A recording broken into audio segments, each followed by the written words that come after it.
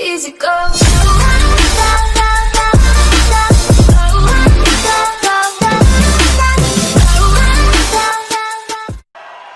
Unbelievable. Thank you. Hello, Green Bay. Thank you. We love Green Bay. Thank you. Thank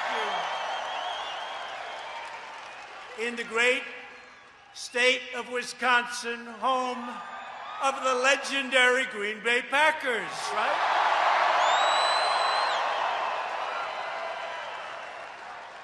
And there's no place I'd rather be than right here in America's heartland, right?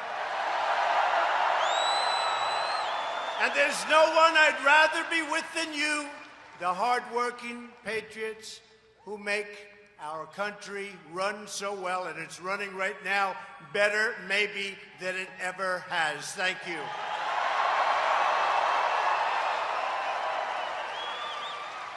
The strength of our nation is found in the heart of our people. So true. Tonight, America's heart is with the victims of the horrific synagogue shooting in Poway, California, just happened. Our entire nation mourns the loss of life, prays for the wounded, and stands in solidarity with the Jewish community. We forcefully condemn the evil of anti-Semitism and hate, which must be defeated. Just happened, must be defeated.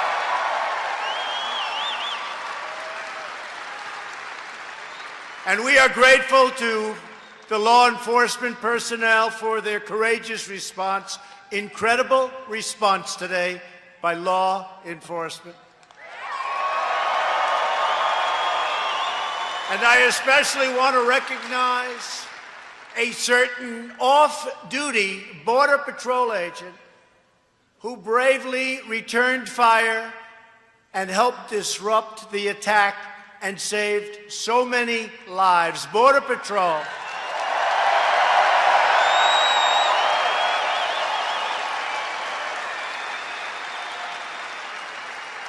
And I also want to thank Mayor Steve Voss, had a great conversation, and Governor Gavin Newsom had a great conversation.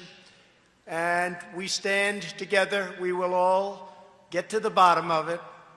We're going to get to the bottom of a lot of things happening in our country.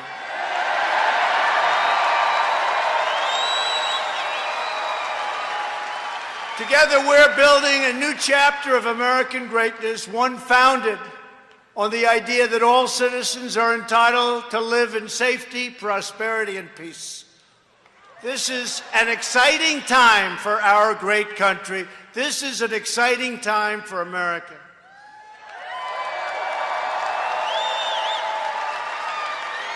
Just yesterday, it was announced that the United States economy grew. Some people thought unexpectedly, not me, I didn't think. In fact, frankly, if we had the Obama interest rates low, almost nothing, actually nothing, and if we had quantitative easing instead of tightening, we use this conservative approach, we would have been even much higher than this, but this is very high, far greater. First quarter is always, for the most part, it's the lowest quarter. We did 3.2% in the first quarter, GDP crushing expectations and accelerating our economic boom. And that was with a shutdown, that was with a lot of different things, that was with bad weather, that was with everything you can imagine. 3.2 in the first quarter, usually the lowest and worst quarter. And Prime Minister Abiy, we're negotiating trade deals because every country has been ripping us off for years. And I really like the Prime Minister. He's a friend of mine, but I said, Mr. Prime Minister, we got to do something. For so many decades, we've been losing tens of billions of dollars to China and Japan and India and name any country, and we lost. But we're not losing anymore. And I said, listen, we got to do something. $68 billion in trade losses over the last 4 or 5 years, a year. So we're renegotiating. And I think he'll be fair. I think he'll be fair. And by the way, he started by saying that he's putting $40 billion into the United States for new car factories. Toyota's coming in with $14 billion. Many companies are coming in. And they're coming in, frankly, to Michigan. They're coming back. They want to be back to Ohio, to Pennsylvania, to North Carolina, South Carolina, Florida, and what's the name of this special place? It's called Wisconsin.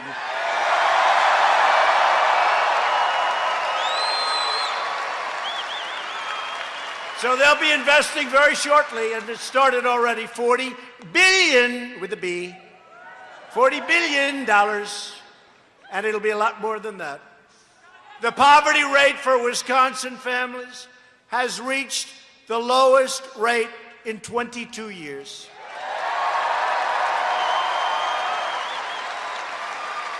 The unemployment rate for Wisconsin workers has reached historical. It's never been this low before, ever. Think of that.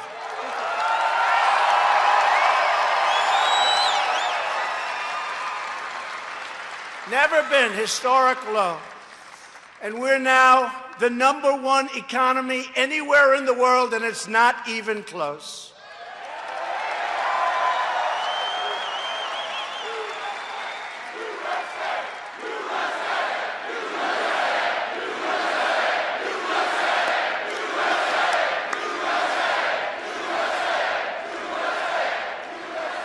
By the way, Saturday night, is there any place that's more fun than a Trump rally?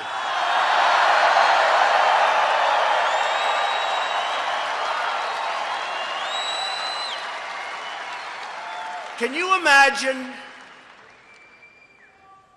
Sleepy Joe, Crazy Bernie? You look at the candidates, right? I think Pocahontas, she's finished, she's out. She's gone. No, when it was found that I had more Indian blood in me than she did, and then it was determined that I had none, but I still had more.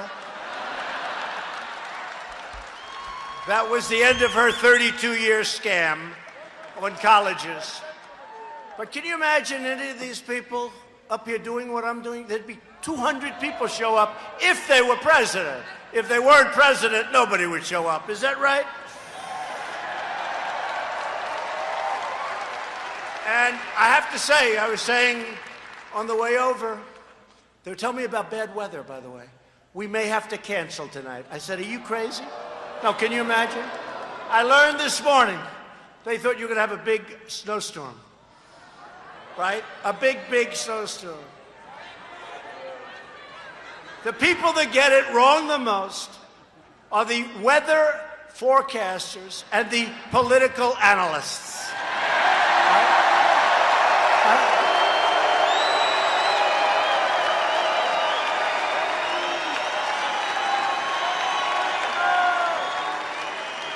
No, they said there's a big storm. It's going to be hitting Green Bay. We may have to cancel. I said, like hell, we're going to cancel. People are standing out.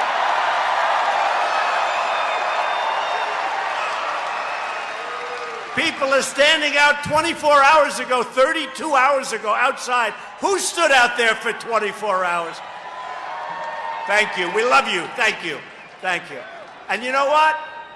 And you're rewarded with the best seats in the house, right? That's the way it's supposed to be, right? America's future has never been brighter. Yet, the Democrats, those very friendly people in Washington, have never been angrier than they are today. You see, somebody else with a very low level of energy was supposed to be standing here instead of me.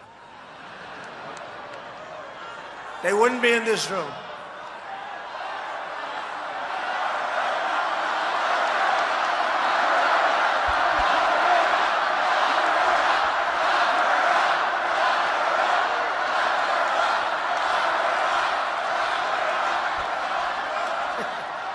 I don't know. They got some problems, I would say that. But, you know, if you look 2 weeks out, in 2016, I was going to rallies. We were doing 5 and 6, like this. And there were thousands of people outside, just like there are right now. We had 69,000 people sign up to come in. What does this place hold, like 10 or 12 or whatever? Whatever it holds, we set the record. I just was told by the owners, where's the owner here? Nice guy. I don't know what the hell it holds, but we just set the record.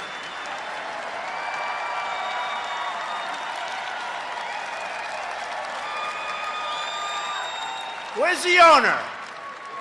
Is this your record? Thank you. Whoa. Thank you. It's always dangerous. He said, yes, it is, sir. It's always dangerous. You ask that question. No, sir, I'm dead.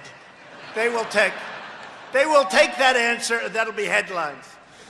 Thank you very much. You saved me. No, this is the record. We set records everywhere, and it's not me. This is a movement like we've never seen in the history of our country. But the radical, liberal Democrats put all their hopes behind their collusion delusion, which has now been totally exposed to the world as a complete and total fraud.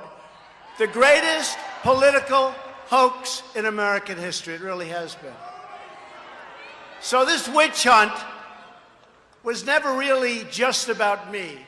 It was always about stopping you, the millions and millions of freedom-loving citizens who rose up on that incredible November day. Remember that day? November 8th. And demanded a government that puts America first, okay? And we're doing that with China. We're doing that with India. We're doing that with Japan. We're doing it with a great new trade deal that hopefully will get approved in the House. I hope they're going to approve it because it's great for the farmers. Everybody wants it. Everybody loves it. But we're all signed up and getting ready, I guess, in 30 days to put it in. The USMCA, like the song, YMCA, right? You remember? USMCA. That's with Mexico and Canada. It's a great deal. And it's going to be very, really good for manufacturers and really, really good for the farmers. That's what we want to do. So put a lot of pressure on your congressmen and your senators because they have to ratify it. You know, they have to approve it. And frankly, with what you have today, maybe they'd rather have us have a loss than do something that's good for the country, right? Because NAFTA is one of the worst trade deals ever signed in the history of our country. You look at around Wisconsin, but you still see the scars. Empty buildings. You go up to New England, you go to Ohio, you go to different places, NAFTA was a disaster. And what we had, the one thing I wanted more than anything else, I want to make it almost impossible for a company to leave Wisconsin and leave other states and go to Mexico and go to other places, but go to Mexico, fire its workers, open a new plant in Mexico, hire other workers, and sell the equipment into the United States. I don't want that. And we're not going to do it. And it makes it virtually not economically viable. That's what I want. So it's going to be great. I hope we can get Congress to get it approved quickly because it's going to be fantastic for everybody in this room, and especially manufacturers and farmers, and people aren't going to be firing people and moving their plants to other countries.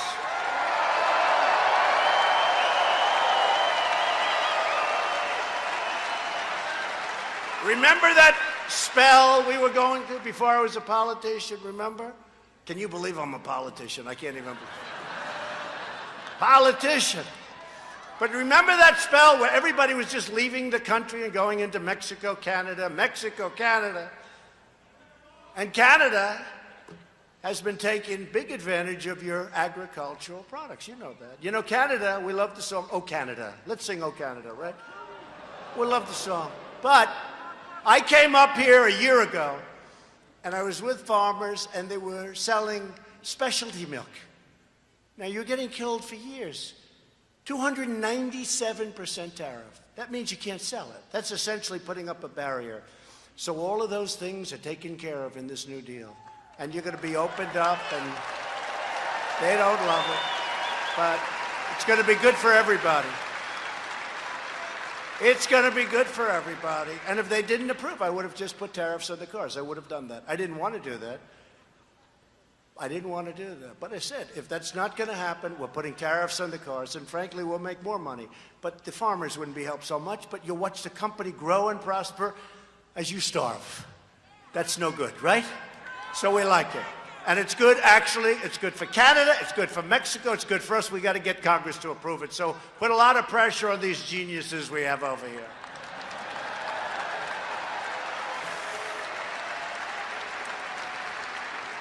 That's going to be a great trade deal. And we're very close to making a deal with China, but who knows? I always say who knows. Because who the hell knows? The deal is either going to be a great deal. It has to be. I told President Xi, he's a friend of mine. I said, listen, this can't be like a good deal for both. This has to be a deal because we have been losing to China for many years. $500 billion a year. We have rebuilt China. We've given them so much. Well, think of it. And that's cash. You know, they can say it's surplus. They can say it's deficit. Call it whatever. We were losing cash. We're giving them 500. How the hell can you do it? And as Prime Minister Abiy said to me today, he said, nobody's ever talked to me this way from our country. It's true. No, he said it friendly.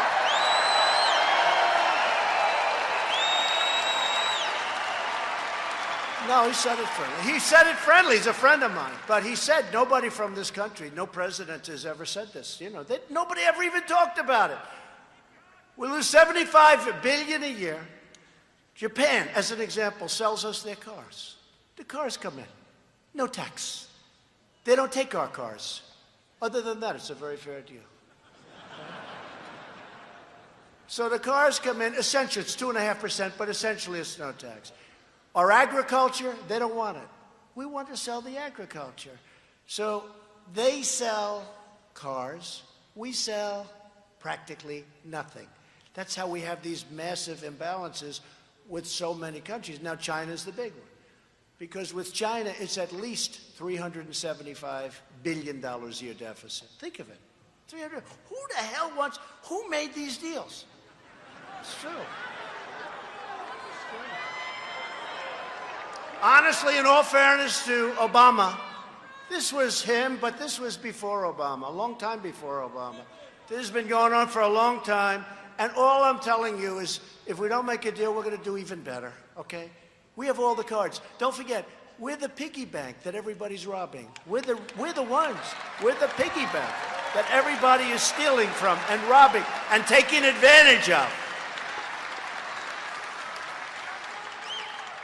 But no matter how hard they try to stop us, they can't, because our love for America will always be stronger than a corrupt thirst for power. I'll tell you what, you know, people say, oh, he wants to take over the country. He wants to extend. They don't believe I'm leaving in 6 years. He wants to extend.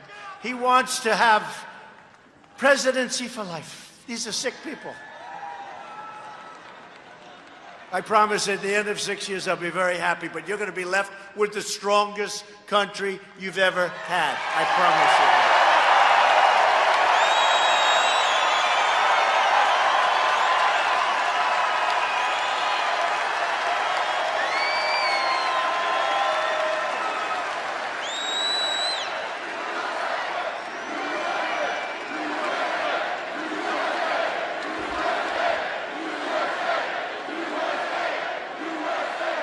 Thank you. You're right, USA. We love USA, and that's right.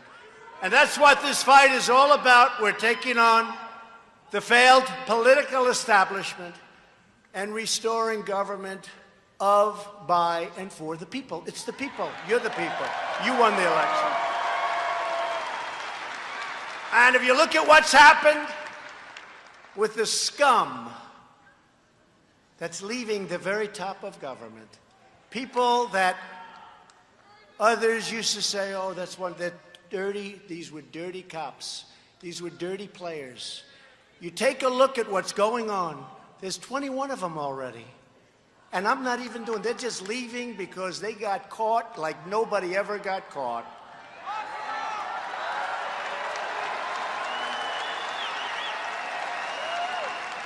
And in the truest sense of the word, what we are doing now is draining the swamp. That's true.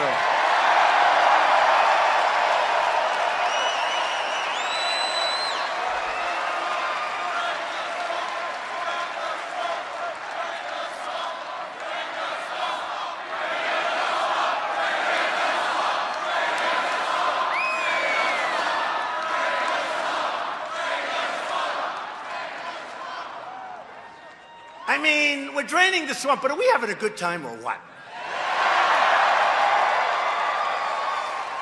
And look at all those beautiful red hats, and some white ones. Some white. Look at that. That's a lot of red hats, but you do have the white ones too, right? And you have the black ones too. You have a lot of them. You have a lot of different hats. But let me just tell you, so we have to make a decision. Do you want to make it tonight? So we're doing great. The country's doing great. We're rebuilding our military. We're doing so many things. Listen, so we have a decision to make. We may have the greatest theme in the history of politics. It's called Make America Great Again. It's called MAGA Country. MAGA Country.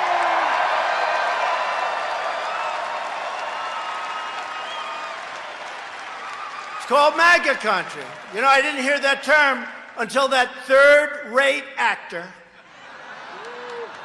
in Chicago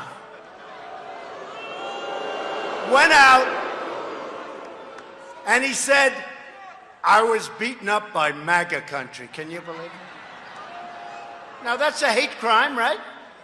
He said he was beaten up by MAGA Country. Turned out to be a total lie. But think of it. MAGA, Make America Great Again. And by the way, I have to tell you, that case in Chicago is a disgrace to our nation.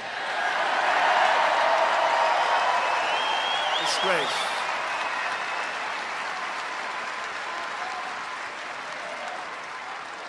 So we have a decision to make. Now, if this weren't the greatest thing, I really believe, and it's been said, but Make America Great Again. Ronald Reagan used seldom, let's make America great. Close, but not the same. Let's. Apostrophe, yes, you don't want the apostrophe. It's too complicated. Doesn't work. But Ronald Reagan was good. He said, let's make, but he didn't use it. He used it a little bit. We seriously used it, right? MAGA. And MAGA we got for free, because my whole deal was Make America Great Again. All of a sudden, people start going, hashtag MAGA. But we have a choice to make and a decision to make. So, very shortly, we're going to say, you see what we did with our vets? We have choice. We're going to go over it. We have accountability where you can fire. We have a lot of things. Okay, we've done so much. Our military is going to be very soon in great shape. We took 100% of the caliphate in Syria. Everyone said, oh, you're never going to be. And by the way, and when some whack job that picks up something over the internet goes out and blows up a store and people get killed, I understand that happens. I understand, because these people are sick. They're demented. But we nevertheless, in terms of a war, we took 100%. But you're going to have these cells, and they're going to do damage, and it's a shame, and we've got to stop them. We've done a great job, but we got to be careful. We got to be careful. These are sick, horrible human beings, if you even call them human beings. So we got to be careful. And you know what? When you see, and I say this because we have a massive television audience, do you ever see so many cameras? If somebody else were here, you'd have about, like, none. This is like the Academy Awards used to be before they started hitting us and their ratings started falling like a rock.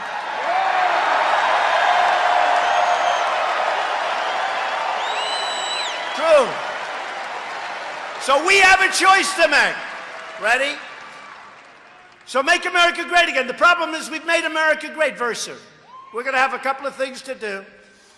We should have had health care, but one man decided to vote against us at the last moment. Even though he campaigned for 8 years, repeal and replace, but that's okay.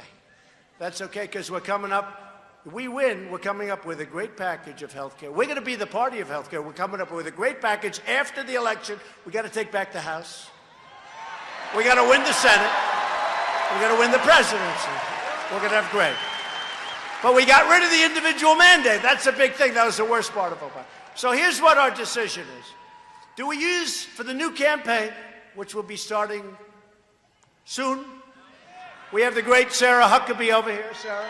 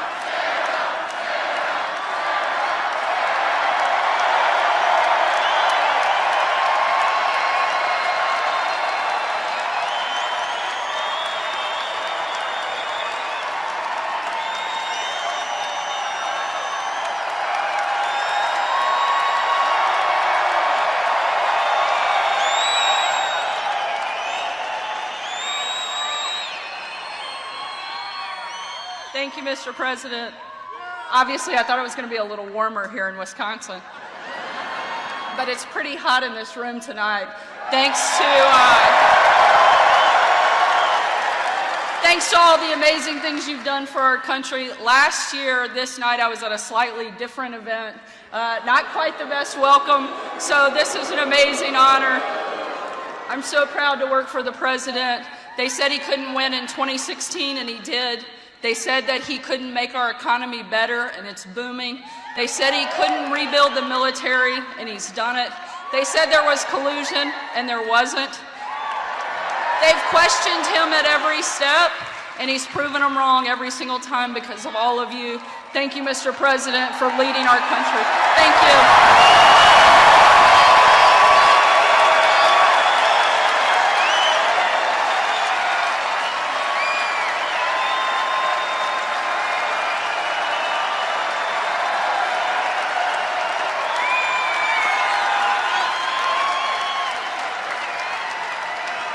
Oh, she doesn't get it. She doesn't get it. She doesn't understand me after all these years. She's becoming too popular. I'm jealous. Sarah, you're fired!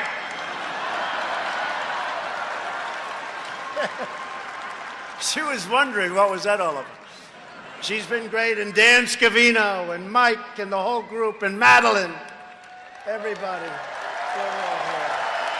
What a group. What a group. No, they're great people, and they really love this country. And what they've been through a lot. They've been through a lot of phony stuff. The witch hunts, they've been through a lot. So we're delighted to be joined tonight by many incredible Wisconsin Republican leaders. A really great friend of mine, a man who is really the focus of what's going on in so much of Washington. Very tough guy, very strong guy. I call him Wisconsin tough. And I don't even know if you know it, and I don't know if you appreciate it, but I'm telling you, he's really good. Ron Johnson, you're so good.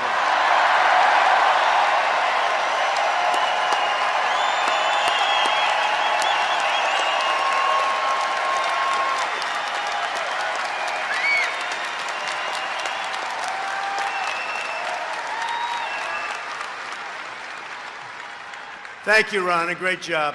He's doing a big job now, I can tell you that. He's working on some things that are very important. And members of Congress, Brian Stile. Brian, thank you, Brian.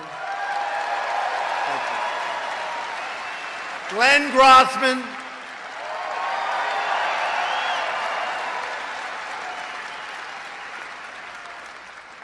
This guy, every time I introduce him, I love champions. I don't care if it's in sports, I just like champions. So he's your tree climbing champion. You know who I'm talking about. For 5 years, and that's not easy. He'd go up and come down. He said the hard part was coming down because you'd get killed if you missed. But for 5 years, he was the champion, the world champion, 5 years. And he's with us tonight, and I'll tell you, he's our champion. He fights so hard. He's working on a reciprocal trade bill. So if somebody charges us a tariff of 100% or 50% or 25%, we say, thank you very much. We're going to have a reciprocal tax of 25 or 50 or 100. What could be wrong with that? And he's leading the charge, and he's got tremendous enthusiasm, but he's a great guy, and he is a great champion. Sean, and his wife, by the way, is better than him. Sean Duffy.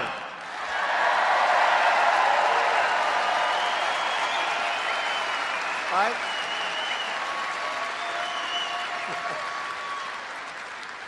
And another great friend of mine, somebody that's been so effective, Mike Gallagher. Mike, thank you. Thank you. Thanks, Mike. And thanks also to Wisconsin House Majority Leader Jim Steineke. Jim. Thanks, Jim. Great. Oh, Wisconsin. Senate President Roger Roth, Senate Majority Leader Scott Fitzgerald. Thank you.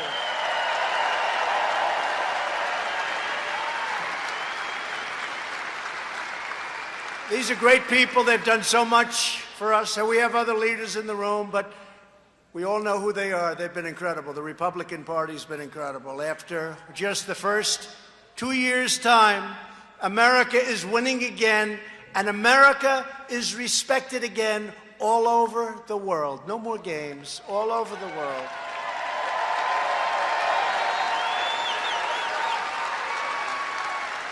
Since the election, we've created more than 6 million new jobs. Nobody would have believed that. If I said this when I came here often, Remember I came and they didn't like certain people that were with me. They booed the hell out of those people, right? But they liked me. That's all that mattered.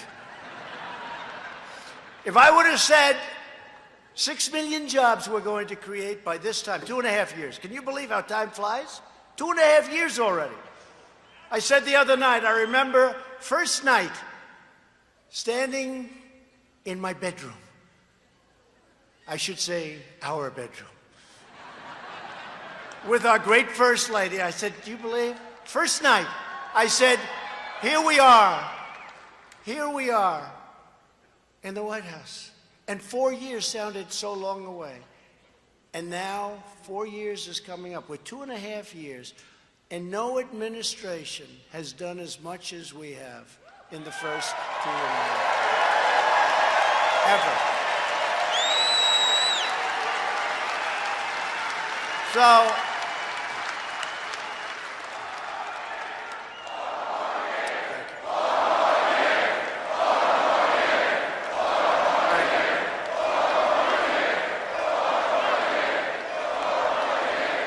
thank you. And by the way, yesterday was our First Lady's birthday. And people love her. We're about the same age, very close. But if I would have said that we would be, in 2.5 years, creating 6 million jobs, people would have laughed. 600,000 manufacturing jobs.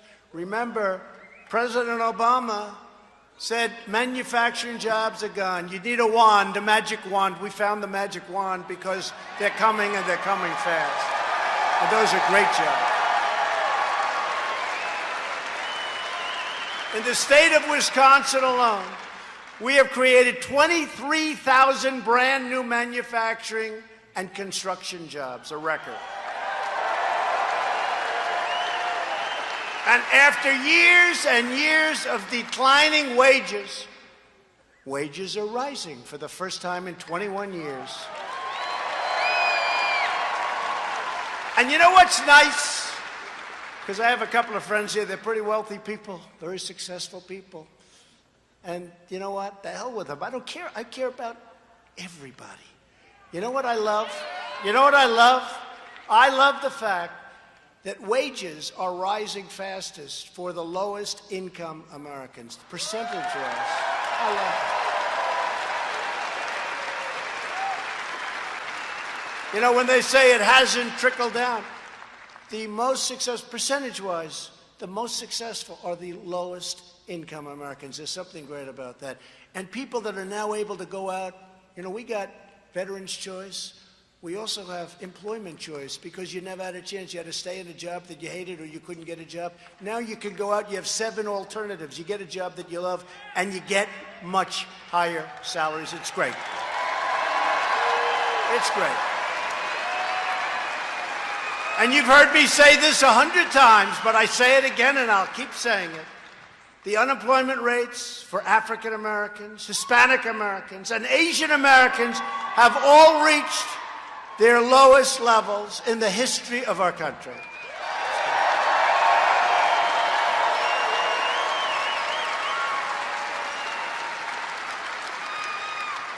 And remember this, if I make any misstatement, if I'm off by just a little tiny bit, those people back there will be headlines.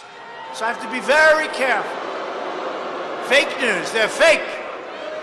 They are fake. They are fakers.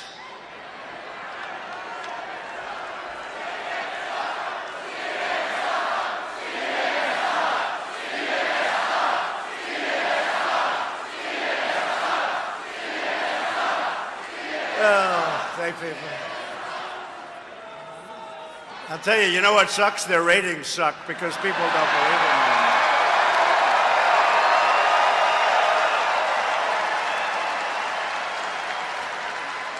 We have cut 30,000 pages of job-killing regulations from the Federal Register. That's an all-time record. It's never happened before. Right? One.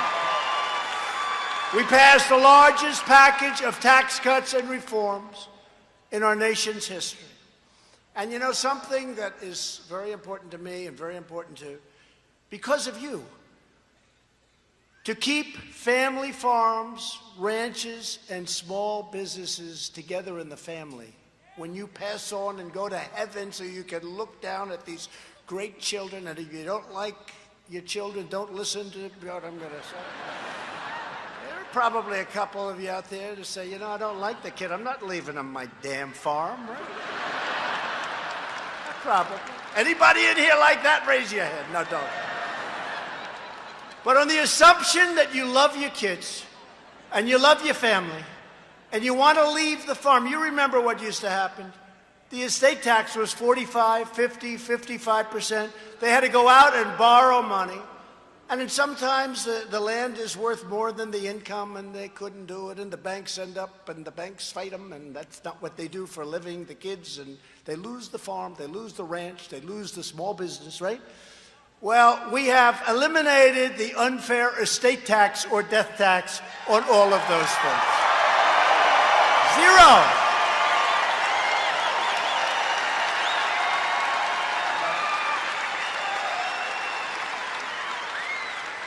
Zero. That's a good one. After decades of calamitous trade deals that stripped away our wealth, literally stripped away this country's wealth and our jobs and so many other things, took away our dignity, when great companies would leave the United States for another country because of stupid taxes, because of stupid regulations, because frankly, in some cases, and the unions are going to work on this, I tell them, you got to work on this, You got to have a little flexibility because there are other choices. But now the choices are going to be other states. They're going to be competition. But you know what? Now America fought back, and all of these companies are coming back into our nation again. They want to be where the action is. They want to be where the action is. They're all coming back, all of them. And the era of economic surrender is over. That's what we did. We were like, you remember? I used to do it when I was a civilian, when I had no idea I was going to be running for president. Right? I had no idea. I used to say, what the hell is going on? In Michigan, they gave me an award 7 years ago. I had no idea. It was the Man of the Year in Michigan. I went to Michigan. I said, do you people know what's happening? You're losing all your car companies. They're all leaving. They're going to Mexico, Canada. They're leaving. They're going to China. Do you know what the hell is? And this was before I was thinking about running for office. But I've been saying it for 20 years. And now we've stopped it. Those companies are all coming back. It's great.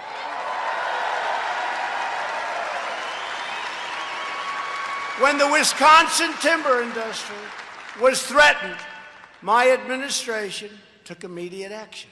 We imposed tariffs on dumped foreign goods and subsidized products and saved countless timber jobs all across this great state. And you know that. You know that, Sean. Big difference, right? They were losing, you were losing a lot of jobs. And they were taking the timber from other states and other countries. Nope, not anymore. We're doing good.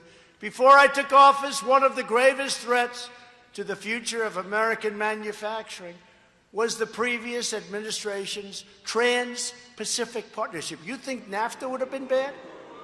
This would have made NAFTA look like a good deal. The TPP would have decimated U.S. manufacturing and gutted America's auto industry. It would have gutted the industry. And they were dying to do this crazy deal. I also ended up another one, you know, the great Paris Accord. How is Paris doing lately? How's Paris? How's Paris doing? Send all the money to countries that the people never heard of and raise their taxes. I ended that one, too. I thought I was going to take a lot of heat on that one. Saved a lot of money, saved a lot of jobs, saved a lot of businesses. I said, you know, when I end this Paris Accord, I'm going to take heat. I didn't even take heat. My people understood it. It was a ripoff. It didn't allow us to use our wealth. Would have stolen our jobs. But just take a look at what's happening to other places where they're trying to do it. And we had something, we would have never, ever been able to adhere to the rules. They were so strict on us. You know, China can sign rules. They're not going to be sued by Greenpeace. If Greenpeace goes to China, that's the end of Greenpeace. You never see him again. So China doesn't care if they violate Greenpeace and some of these other wonderful environmental groups. But the United States gets sued.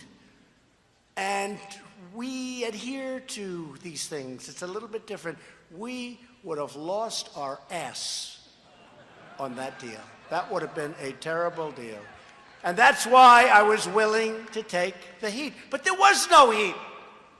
I'm still waiting. I guess at some point they'll bring it up. They'll probably bring it up. Bernie Sanders will say, what?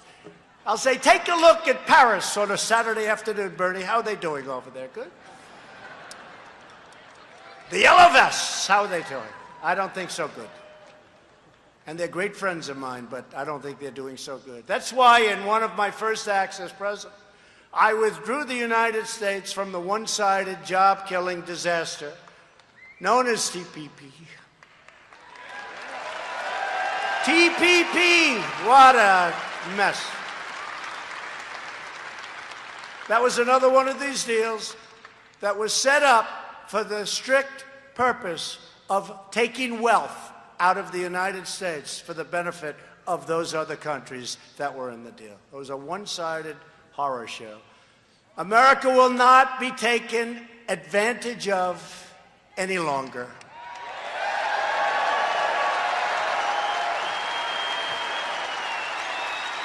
For years, we gave foreign nations free and unfettered access to our economy. while they constructed massive barriers to American exports. We give them, you come in, take us, Joe, it's wonderful. We want to go there. No, we don't do that. We don't accept your product. Oh, that's wonderful.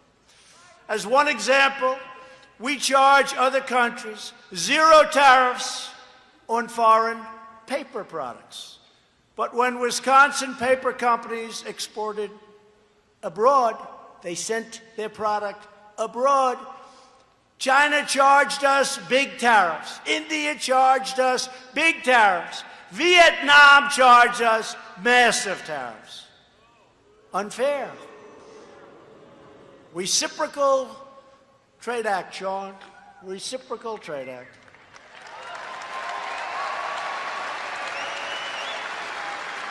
Look at Harley Davidson. Look at Harley Davidson.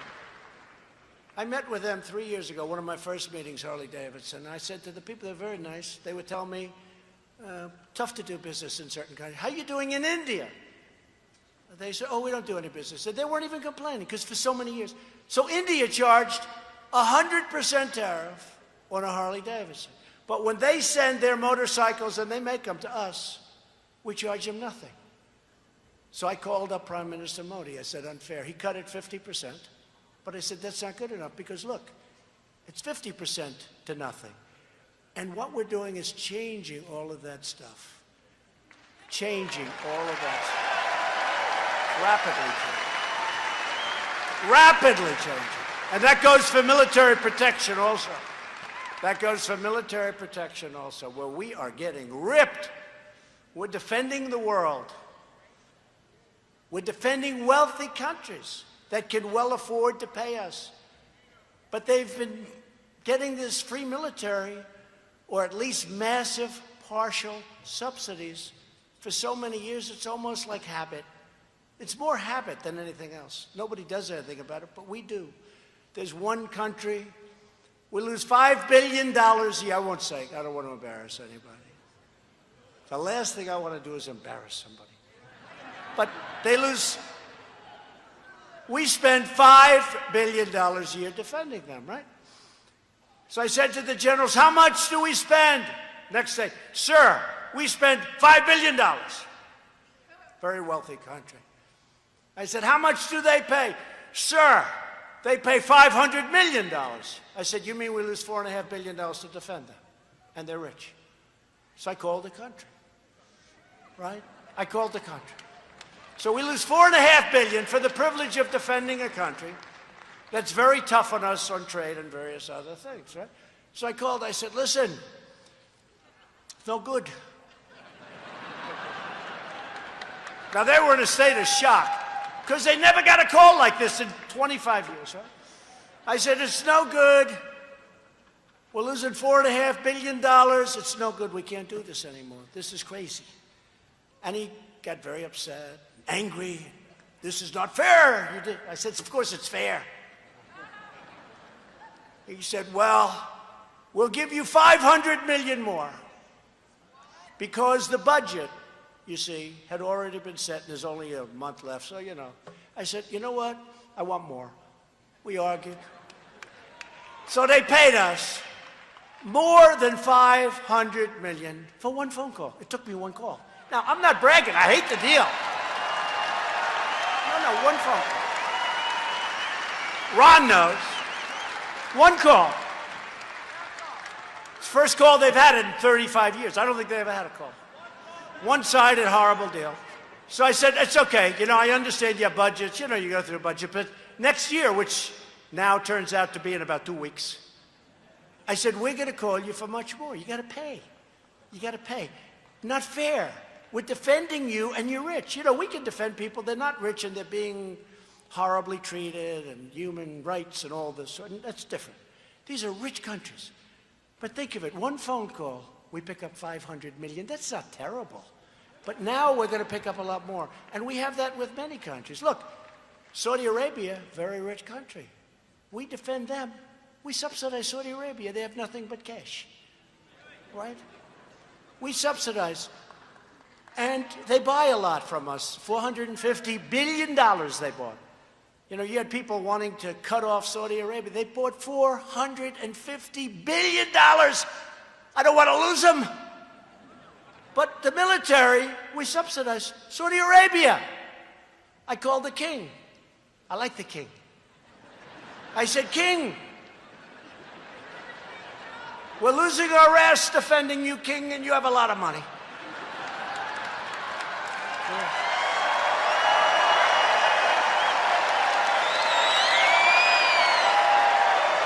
That's true. And he said, but why would you be calling me? Nobody's ever made such a call before. I said, that's because they were stupid. So we're working a deal with Saudi Arabia. So many things. So many things. I'll tell you what, honestly, it's easier than collecting $113.57 from a tenant in a bad location in New York City. And it's safer, too, believe it or not. It's easier. It's true. It's easier. Okay, enough of that. But it's true. So we're getting ripped off on trade. We're getting ripped off on military. NATO, I'm all for NATO, but we're paying for almost 100% of defending Europe. And they're killing us on trade. The European Union, the EU, is killing us. We lost $181 billion, and we're defending them for peanuts. Does this make sense to you, what I'm saying? And in the meantime, your taxes go up, although they actually, because of me, have gone down, so I guess I can. The International Trade Commission recently announced that under the USMCA, American dairy exports to Canada are expected to surge by more than 50%, okay? We got to get the deal done. Ron, you got to get that deal done. You'll get it done. Got to get it done. In my first 100 days in office, I traveled to this very state to sign an executive order declaring that we will live by two simple rules: buy American and hire American, right here in Wisconsin.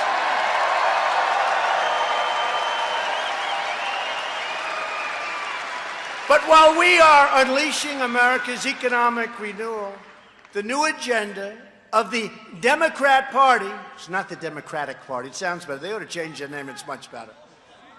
But why should I make their name sound good, right? The Democrat Party, radical left, they should change that too. Call it officially the Radical Left Democrat Party. Would drive our nation into economic and financial ruin very quickly. And they will take your guns away too, by the way. Nothing is more dangerous than the Democrats' crazy immigration agenda. We want it solved. We're building the wall, by the way. We're going to have over 400 miles of wall built by the end of next year.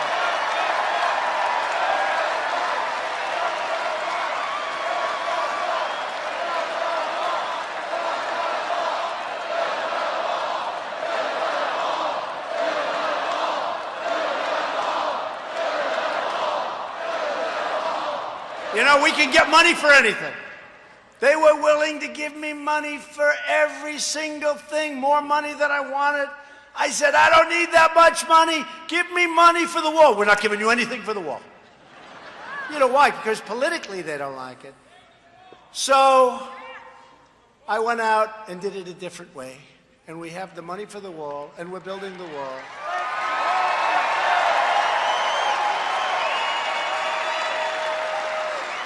Because their entire party has been taken over by far-left radicals who want to nullify and erase American borders. They want open borders. They want open borders. They want people to pour in, and they think that's going to be votes ultimately for them.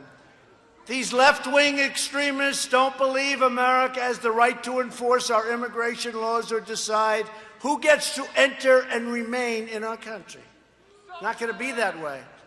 And think of Border Patrol. We apprehend 100,000 people a month. You know what that is? Democrats want to allow totally unlimited, uncontrolled, and unchecked migration, all paid for by you, the American taxpayer. The Republican Party believes America has not only the right, but the absolute duty to control our borders and to enforce our laws.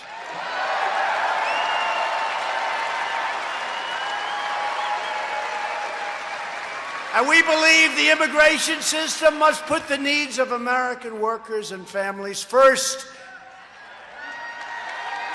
And people can come into our country. We need people to come in. We have so many companies coming. They need workers, but they have to come in legally, and they have to come in through merit.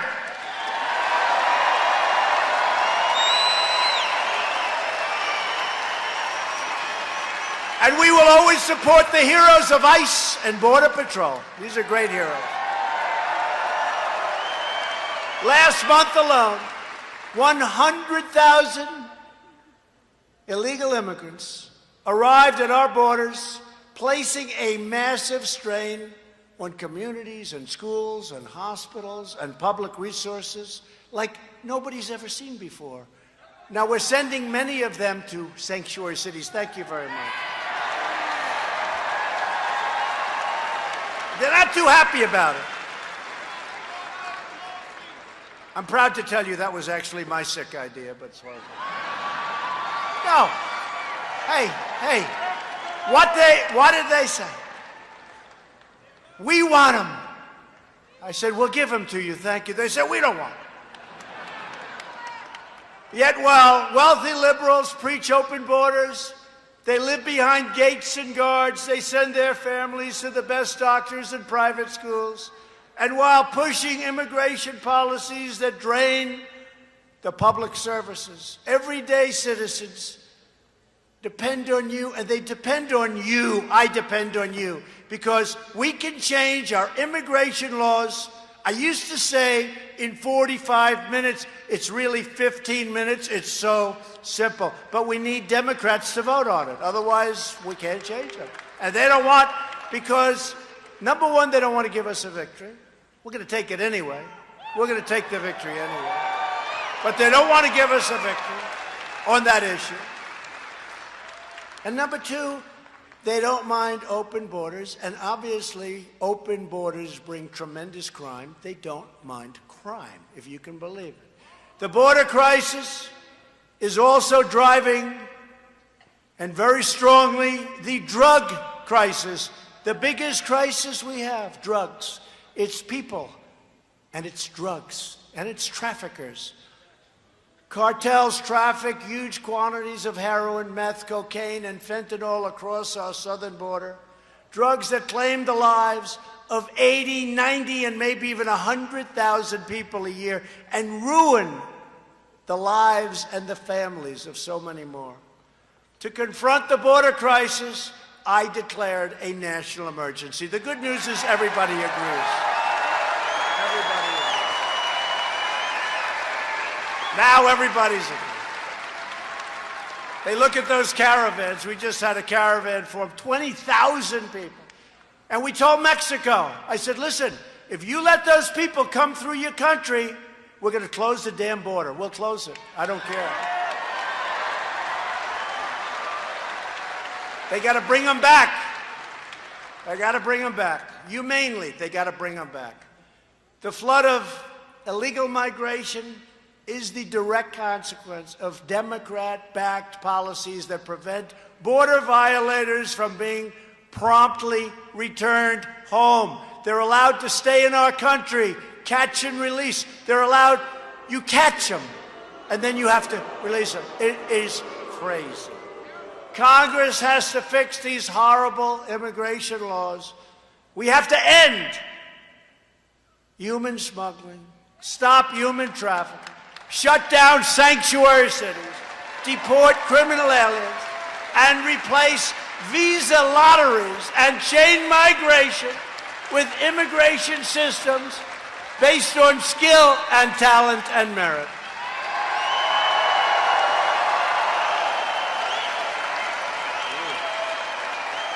Ron Johnson's going to do it. Ron, congratulations. Stand up, Ron. Will you get that done for me, please? No, get it done for Wisconsin. Okay? He'll do it. He'll do it. On issue after issue, the Democrat Party has never been further outside the American mainstream. I mean, it's crazy what's going on with them. Oh, do I look forward to running against them. They are pushing a $100 trillion government takeover of the U.S. economy known as the Green New Deal. We're going to rip down every single building in Manhattan and build a new building in its place.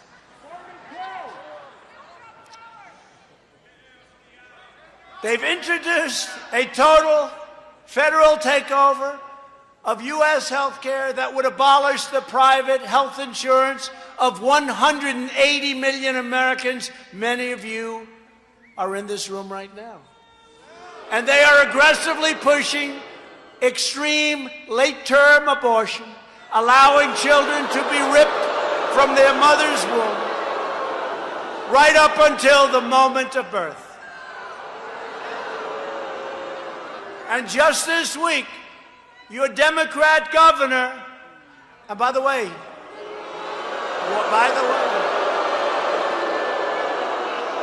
we have Scott Walker is here.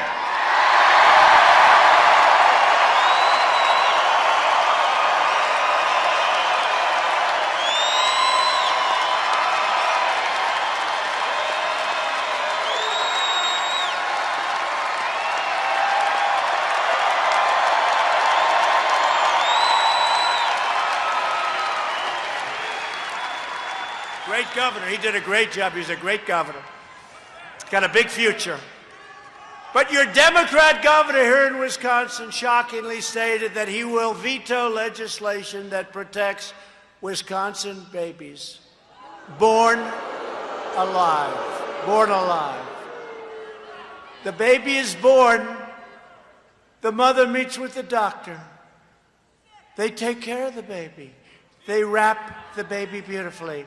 And then the doctor and the mother determine whether or not they will execute the baby. I don't think so. Incredible. No, it's incredible. Until this crazy man in Virginia said it, nobody even thought of that, right? Did anyone even think of that? You hear late term, but this is where the baby is actually born. It came out, it's there, it's wrapped, and that's it. Who believes it? So to protect innocent life, I called on Congress to immediately pass legislation prohibiting the extreme late-term abortion of babies.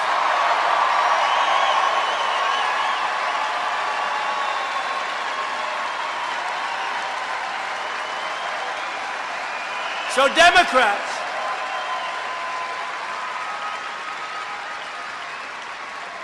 are now the party of high taxes, high crime, open borders, late-term abortion, hoaxes, and delusions.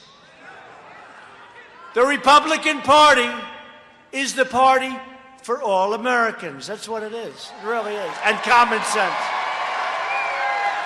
We're the party of common sense. We're the party of the American worker, the American family, the American dream. We're the party of the Second Amendment and its protection.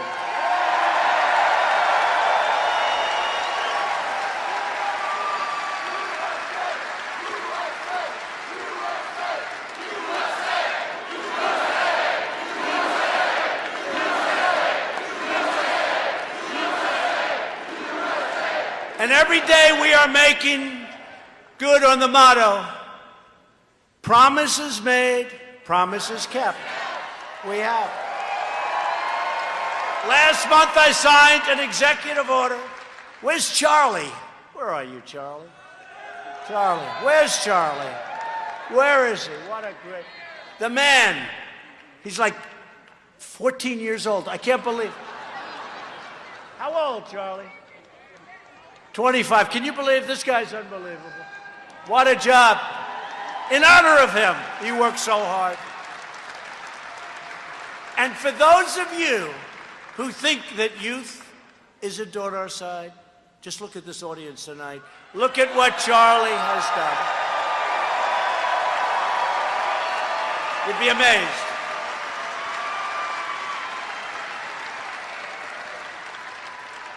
I was watching the other night the NFL draft. Can you believe it? And it was the second draft choice. And he gets out, Bosa. And he gets out he's going to be a great player from Ohio State. And he's a MAGA fan. He loves Trump. He loves MAGA. You got a lot of young people out there. You want to know the truth? I actually think we have more than they do. Who knows? But I think we have more than they do. And he's going to have a great career. Last month, I signed an executive order to defend free speech on college campuses.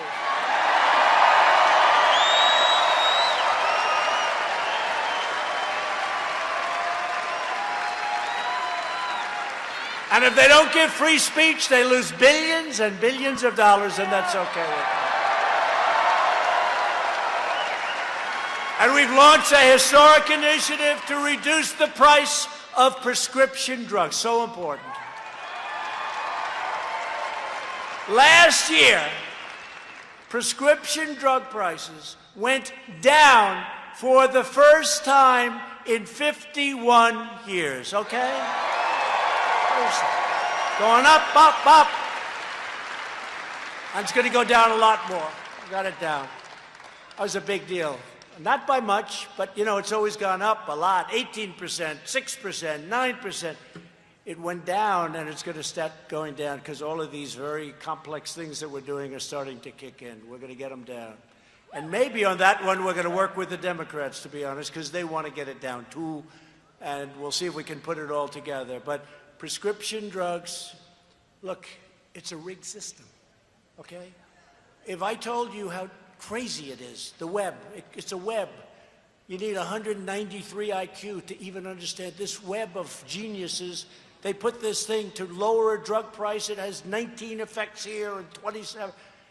We got it down, and we're getting it down further. We have the smartest people, the best people in that world working on it, and it's happening. And we might be able to get Democrat support. We're vastly expanding affordable alternatives to Obamacare. We repealed Obamacare's unfair and very unpopular individual mandate where you had to pay a fortune for the privilege of not having health insurance. That was very bad insurance. And we'll always protect patients with pre-existing conditions. The Republicans are always going to protect pre-existing conditions. We're unleashing American energy and getting Washington bureaucrats off the backs of hunters, fishers, farmers, and everyone who enjoys our great outdoors. And we've committed to providing, I think you'll like this, and Ron and those great congressmen that you have in this room are working hard on it. We're very close. $300 million for the Great Lakes Restoration Initiatives. And we're building the new SULOCs to protect jobs and commerce throughout the entire Midwest. The SULOCs. And I'm pleased to report that earlier this month, Interlake Steamship Company announced plans to build the first Great Lakes freighter in 35 years just north of here in Sturgeon Bay. How did you know? 35 years. And that just means more jobs, more jobs, more jobs. To keep America safe, we are rebuilding America's mighty might. We are rebuilding our military like never before in the history of our country.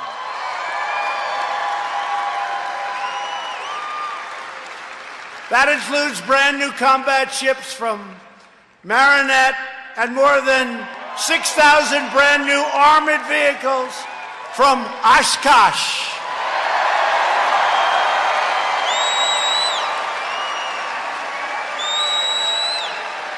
And we're boldly defending American interests. Just yesterday, I announced that my administration is unsigning the UN Arms Trade Treaty. We're unsigning it. We're pulling it back out of the United Nations. We're pulling it back out of Congress. All of you Second Amendment people, you know what it is. You'll be very happy with it. Because we will never allow foreign bureaucrats to trample on America's freedom. We're not going to allow it. That was a President Obama disaster. I also withdrew the United States from the absolutely horrible one-sided Iran nuclear deal. What an impact that's had. You know, when I first became president, the first week, I met with our great military people, and we went over problems. And one of the biggest problems was Iran. They were all over. Iran was all over the place. They were over, I've never seen anything like it. 14 different conflict zones. Yemen, Syria, all over. And small battles. I said, what do you do with these people? I withdrew from that horrible deal where they paid $150 billion to Iran. They paid $1.8 billion in cash, probably for hostage. By the way, I got 22 hostages out.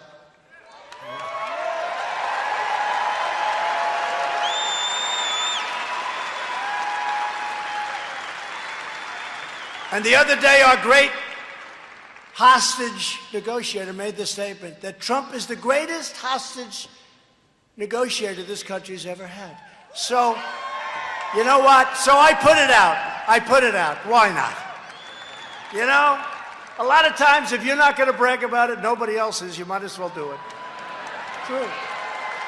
So, our ambassador made the statement. And the press picked it up, and they were going after me. It's not true. It's not true. And then he called them, and he said, no, it is true. And instead of saying it's true, they stopped talking about it.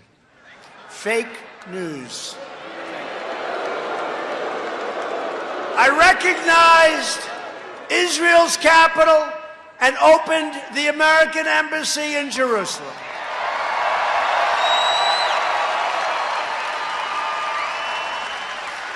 And it would have opened in 25 years. But I said to our great ambassador, David Friedman, one of the most successful lawyers in New York, he became ambassador to Israel. I said, David, they want to spend $1.1 billion. We can do it cheaper. They want to buy this piece of land in Jerusalem, top dollar. I said, David, what can we do? And he called me back. He said, sir, we have a piece of land that's much better. And on that piece of land, we have an old building. And we're not using the building very much. And we can renovate the building for $400,000. And we'll have a beautiful embassy in a better location. And we can have it done. And sir, we can have it done in 4 months instead of 25 years. So here's your alternative. A building in a great location in 4 months for $400,000. Or a building that will probably never get built, but let's say 20 years, for $1.1 billion today, meaning $3-4 billion, in a lousy location that won't be as good as what we built. And it's the first time I've ever done this. He said $400,000. I said, David, it's too cheap. We have to make it more. It's true. I said, make it $500,000. It's true. It's true. And it's open. We opened it like almost a year ago. And you know, in New York, I have a friend, he's a very successful guy, and he's very proud of his office because he used a thing called Jerusalem stone. This is stone from Jerusalem. It's one of the most expensive, he considers it a treasure. And every time I go in, he says, oh, look at my beautiful stone, it's from Jerusalem. So we're building a building in Jerusalem. I said, David, do me a favor, buy Jerusalem stone, you're right there. We got it so cheap, you wouldn't believe it. And the whole damn building is made practically of Jerusalem stone. It's true. It's beautiful. It's beautiful. So we got it open in 4 months instead of 20 or 25 years. And we saved at least $1.1 billion. And it's a great embassy right now. It's a great, great thing. It's great. And just weeks ago, I announced that the United States will recognize Israeli sovereignty over the Golan Heights. So that's been under consideration for 52 years. For 52 years, they told me they've been studying it. They've had summits, many, many meetings, summits, people coming from all over the world, talking about the Golan Heights. And then they'd leave. This is very important strategically for victory. Heights, you're up high, very important. 52 years ago it started. And I did it, like quickly, done. It's all done. And we also recognize the legitimate government of Venezuela, and we strongly condemn the socialist brutality of the Maduro regime. And you see what socialism does. That was one of the wealthiest countries in the world. Now it's one of the poorest. And to those who would try to impose socialism in our country, we see nothing but trouble. We see nothing but poverty. And we will say again tonight that America will never be a socialist country, ever. Never. Never.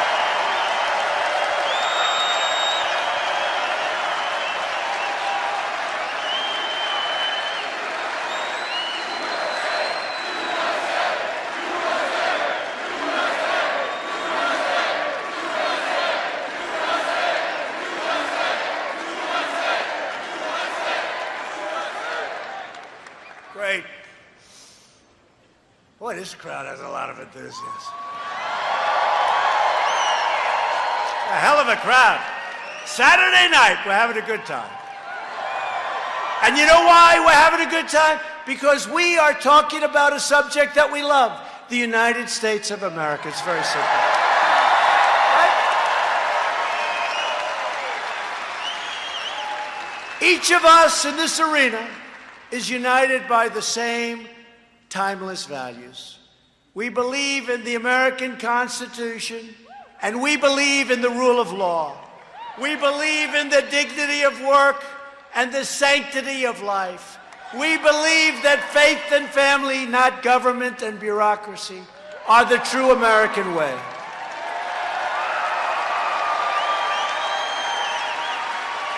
We believe in religious liberty, the right to free speech, and the right to keep and bear arms.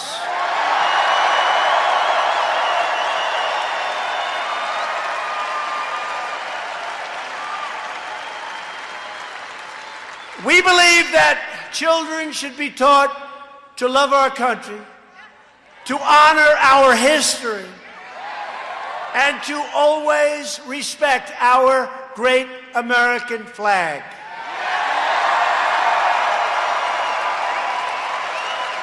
And we believe in the words of our national motto, "In God we trust."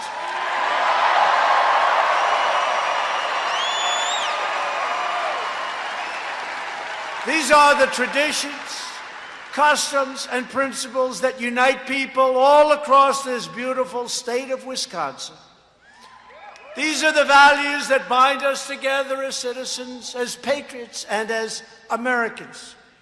You joined our movement, the greatest movement in the history of our country, because you rejected the failures and the betrayals of the past. You were betrayed. You were betrayed by dishonest people. You were betrayed by stupid people. You stared down a corrupt system that enriched itself at your expense. You protected your family. You defended your dignity. You recaptured your destiny. And you took back your country with that great election 2.5 years ago.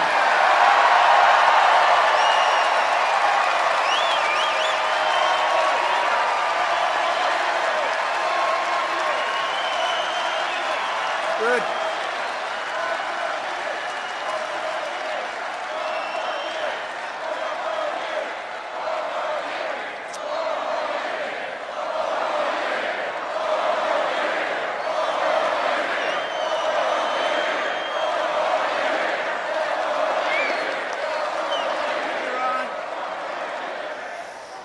You have always been loyal to this nation. Now you finally have a president who is loyal to you.